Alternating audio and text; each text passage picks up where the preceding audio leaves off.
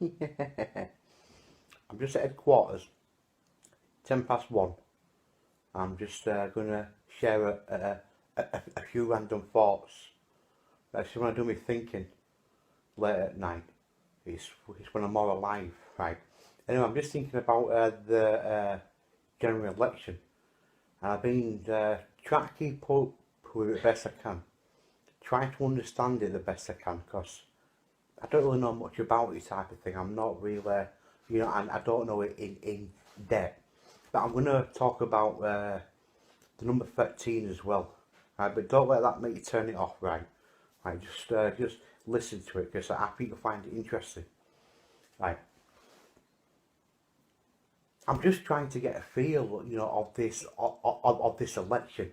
I'm trying to establish, what the plan is, because what I do know is whatever happens, it's already been decided. This election was decided weeks ago. Democracy is just an illusion. Your vote doesn't count for anything. We're living in dark times. Democracy, all that type of stuff. It's in the past. We really are living in dark days. And the number 13 with fever, plays into this situation, and as it continues, the outcome of the election, will be very significant to my thoughts on the number 13. Right, Theresa May is the first, uh, you know, Theresa May is the 13th Prime Minister under Queen Elizabeth II, and she came into power on the 13th of July 2016.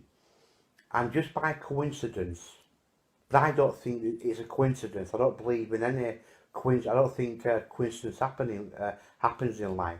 I think everything happens for a reason. Everything happens for a purpose. But just by coincidence, uh, Harold Macmillan, another Conservative Prime Minister, also had a cabinet reshuffle on the 13th of July 1962. So we have two Conservative Prime Ministers there, both having a cabinet reshuffle on the 13th of July. Harold Macmillan, 1962, and Theresa May coming into power uh, July the 13th, 2016, and having a cabinet reshuffle. And I've told you before as well about numbers, correlate with people's names and history and key dates in historical events and people's lives with births and dates, and how many numbers of letters they've got in the name to attach to those key dates and situations in historical events. Not only does the number 13 come up with how many letters they have in the name, but by probability, the number 13 comes up in the same situation. Like, for instance, the last Chancellor of the Exchequer for the Tories was George Osborne, and that was under David Cameron. 2015 election, George Osborne was the Chancellor of the Exchequer, and he had 13 letters in his name. Please stay with me. 13 letters in his name. And when Theresa May had a cabinet reshuffle on the 13th of July, uh, she she got rid of George Osborne, and she appointed Philip Hammond as the new Chancellor of the Exchequer. And Philip Hammond also has 13 letters in his name. And uh, this election was called on was voted for on the 19th of April, and the votes for the snap general election was 522 to 13.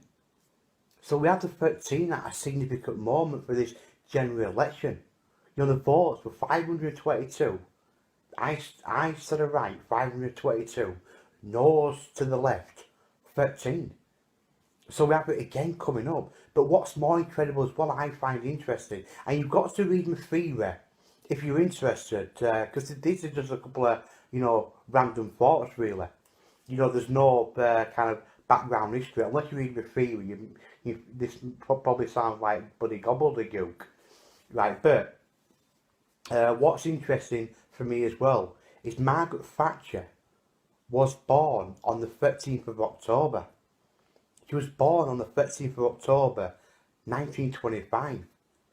And Theresa May just happens to be the 13th Prime Minister under Queen Elizabeth II. She came into power on the 13th of July 2016. Harold Macmillan also had a cabinet reshuffle on the very same day well, not the very same day, but the same date in 1962. And Theresa May is the second female Prime Minister, just happens to be a Conservative Prime Minister. And the link with Margaret Thatcher, I mean, Margaret Thatcher winning the election in 1979, that was historical. The first female Prime Minister of Britain. And she was born on the 13th of October. And also, what happened in 1962 as well was the Cuban Missile Crisis in October of 1962, and it was known as the 13-Day War. And this was the height of the Cold War tensions between Russia and the US. And it was known as the 13-Day War. And then Our Lady of Fatima, the apparitions, just some random thoughts here. The Our Lady of Fatima, the Virgin Mary, appeared before 3 Kids in Portugal in 1917. And the number 17 is in relation to this as well. 13's control for good and bad. 17 is part of the same control, but also is in reference to tragedy and the end and destruction. And Revelation 17, this is biblical. Numbers are biblical. And the Virgin Mary, that number 13 is very significant. She first appeared to the 3 kids in Portugal on the 13th of May 1917, and she appeared for 6 consecutive months, and the last one being the 13th of October 1917. And those were warnings for humanity, and those secrets that were passed to the Catholic Church. And this were publicised, this were televised. This is not a conspiracy theory. This is well-documented historical facts relating to religion. I mean, this went right to the top of the Vatican. And that number 13 is very significant. I mean, 13th of May, and then on each 13th consecutive month, the last one being the 13th of October, 1917. And then we have Pope Francis. And the number 16 and 13, there's a link there that links with our Virgin, Our Lady of Fatima, the Virgin Mary, and the apparitions and the warnings for humanity. Pope Francis was born on the 17th of December 1936. He was ordained into the Catholic Church on the 13th of December 1969. He's the first non-European Pope in the last 1300 years. 1300 years. It was his papacy began. His Pope, right? I'm just speaking words I understand. I'm not educated in these areas. I don't know the correct terminology, right? But he began his papacy on the 13th of March 2013. So we have the links there. Very significant moments. I mean, you can't get more significant than a Pope's birth, the 17th of December 1936. You can't get any more significant in that person's life being ordained into the Catholic Church on the 13th of December 1969. I mean, that's quite close to his birth, and he's been ordained in the Catholic Church. Born on the 17th of December, ordained on the 13th of December. You can't get any more significant than beginning his papacy on the 13th of March. And he's the first non-European Pope in 1300 years. So this is what I'm talking about. It's very significant moments that are biblical. This is religious, regardless of your your religious beliefs. Because I don't believe in a biblical God. I believe in one creator created everything, each area for a purpose. So we have Our Lady of Fatima and apparitions, warnings for humanity, the last being the 13th of October. We had the Cold War in 1962 between America and Russia, the 13-day war. The White House began construction on the 13th of October, 1792. And the amount of 13s that are represented with America, I mean, are beyond probability. You're just alone. The number 13, or 13 original stars on the American flag, 13 stripes on the dollar bill. The number 13 seems very significant with the Illuminati. You know, with the 13 leaves and the 13 arrows. You know, the Illuminati have got this connection with the number 13 as well. But the 13th of October is when the White House began construction. The White House, 13 letters in the White House. And I'm saying these things as we publicly know them. I'm not adding my own spin on it, my own perception, so you perceive me to be something that I want you to see me as. I have no ambition to fabricate or lie or twist things. I hate people who had 13 ones and say, look, 13. I hate people who had 6 and 7 and say, oh, look, 13. Because as soon as you start adding and taking away, you're actually creating something that didn't exist. The things I'm speaking about, they're there. I'm just pointing them out. Maybe no one's noticed this. Well, I am. So I'm not twisting and turning things to add my own perception. You listen to this and you make your own opinion up. It's a matter of opinion. You find it interesting, good, because I do. And by probability, I think it's very significant. But we had the White House construction on the 13th of October, 1792. That links back to Our Lady of Fatima, the apparitions on the 13th of October, 1917, being the last one. And what's also interesting as well, and this is why I think we're leading towards a nuclear war. This is why I think this election is very significant. Because if the Conservatives win, then that means the representatives of 13s, you know, with Theresa May becoming Prime Minister on the 13th of July, being the 13th Prime Minister under Queen Elizabeth II, the votes that were cast, that were, you know, what people voted for in the to call the election was 522 to 13. And this could put the Conservatives in power through that process of very significant events happening in our history, like a nuclear war. Nuclear weapons exist. Now, I don't believe for a second they will ever get decommissioned. I think they was created to be used. I don't think governments are going to come up with a nuclear program where they all disarm. I think the purpose, and I believe everything has a purpose, and everything's created for a reason. Nothing is created without a reason. I think nuclear weapons were used in World War II. They were dropped on Hiroshima and Nagasaki. And I believe they're going to be used again, and that's part of the Creator's plan. I think we're heading towards a nuclear holocaust.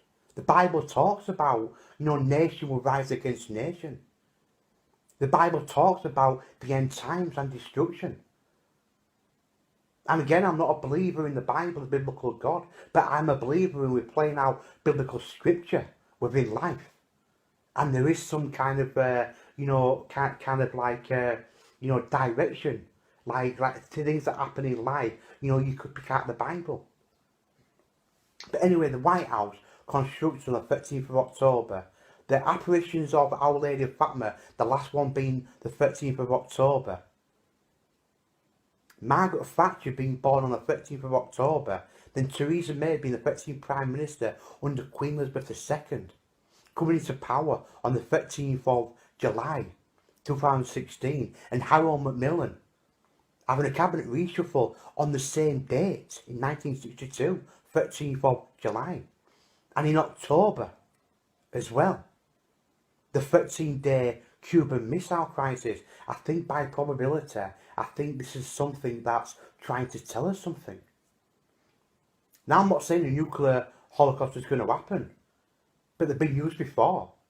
Nuclear weapons exist, so it is quite possible. It's not like it can't happen because they're here. So the fact that they're here says it can. And then we have, and this is why I think it's significant if the Conservatives win, because it puts the Conservatives, it puts Theresa May being the 13th Prime Minister under Queen Elizabeth II through that process of very significant things happening, like a third World War. Because if the Conservatives win, that could put the Conservatives in power for at least 15 years. A minimum, as far as I understand, it might be more. But what I do know is it could be a minimum of 15 years. So that could have the Conservatives in power until 2032. Now, can you imagine what can happen in this world in 15 years' time? Where are we going to be? Let me move over to technology. See what you think of this. There's a lot going on in the field of artificial intelligence.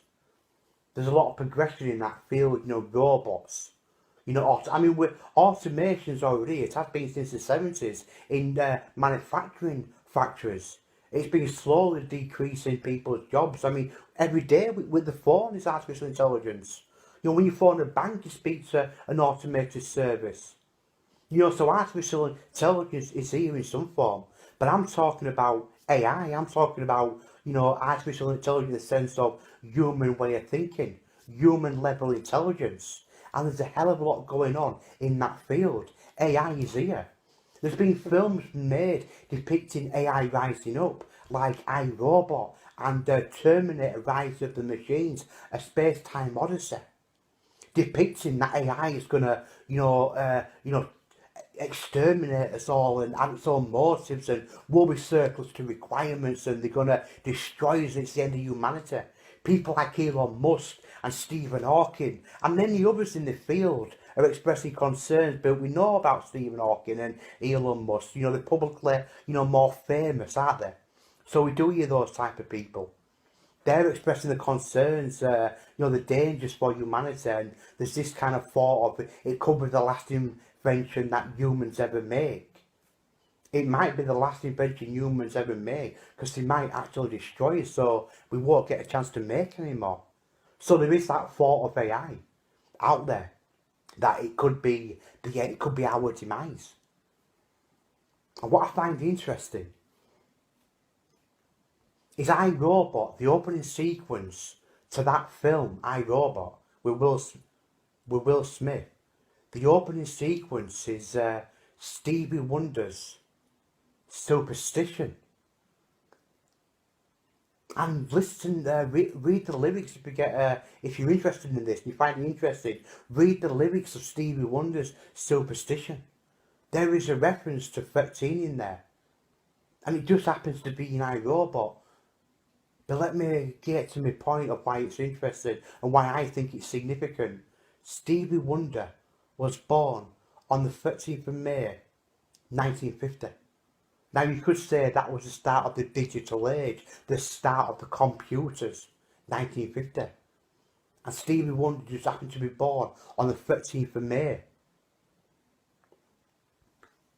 Ray Kurzweil is the leading figure in artificial intelligence. Is an inventor, a futurist. The top in his field is up there. Now he invented a blind reading device, and Stevie Wonder was his first customer for this blind reading device. Now I don't know the contract. I don't know if it was a customer or I know they're very dear friends. That's what I do know. See, this is what I mean. I'm not educated in this, so I don't know much. So I'm falling into that category of being insulted, to be quite honest. But Ray Kurzweil created a blind reading device. He invented a blind reading device, and Stevie Wonder, was one of the first person to get this or try it out. Right? This is what I'm falling into that category of being insulted, but no one cares anyway. No one gives a shit what I've got to say, so I'll just say it. And also, Stevie Wonder, Ray Kurzweil. Stevie Wonder was Ray Kurzweil's first customer, right? for his organ synthesizer. Ray Kurzweil invented an organ synthesizer, and Stevie Wonder, was the first person to try it out, try this invention out. So we have that connection there between Ray Kurzweil, artificial intelligence. We have that connection there between Stevie Wonder and iRobot. We have that connection there between Stevie Wonder's birthday being on the 13th of May. Now these are two unrelated topics. Stevie Wonder's music and Ray Kurzweil's, who he is and what is invented, and his thoughts for AI and the future. Unrelated subjects, but connect by the number 13. We could go back to Our Lady of Fatima and the apparitions being on the 13th of May, last being on the 13th of October 1917. And I'll link that with Stevie Wonder being born on the 13th of May. There's a connection there. And Stevie Wonder's, with Ray Kurzweil's first customer for his blind reading device. Stevie Wonder also had his first #1 when he was 13 years old. That's another reference to Stevie Wonder. He had his first #1 at 13 years old. Let me talk about Harriet Tubman and Andrew Jackson. And this is what I mean about it's very significant as we move forward. And Theresa May is part of that probability, part of this number 13 and 17 connections that we're in some kind of simulation. Harriet Tubman was an activist. She was a civil rights advocate.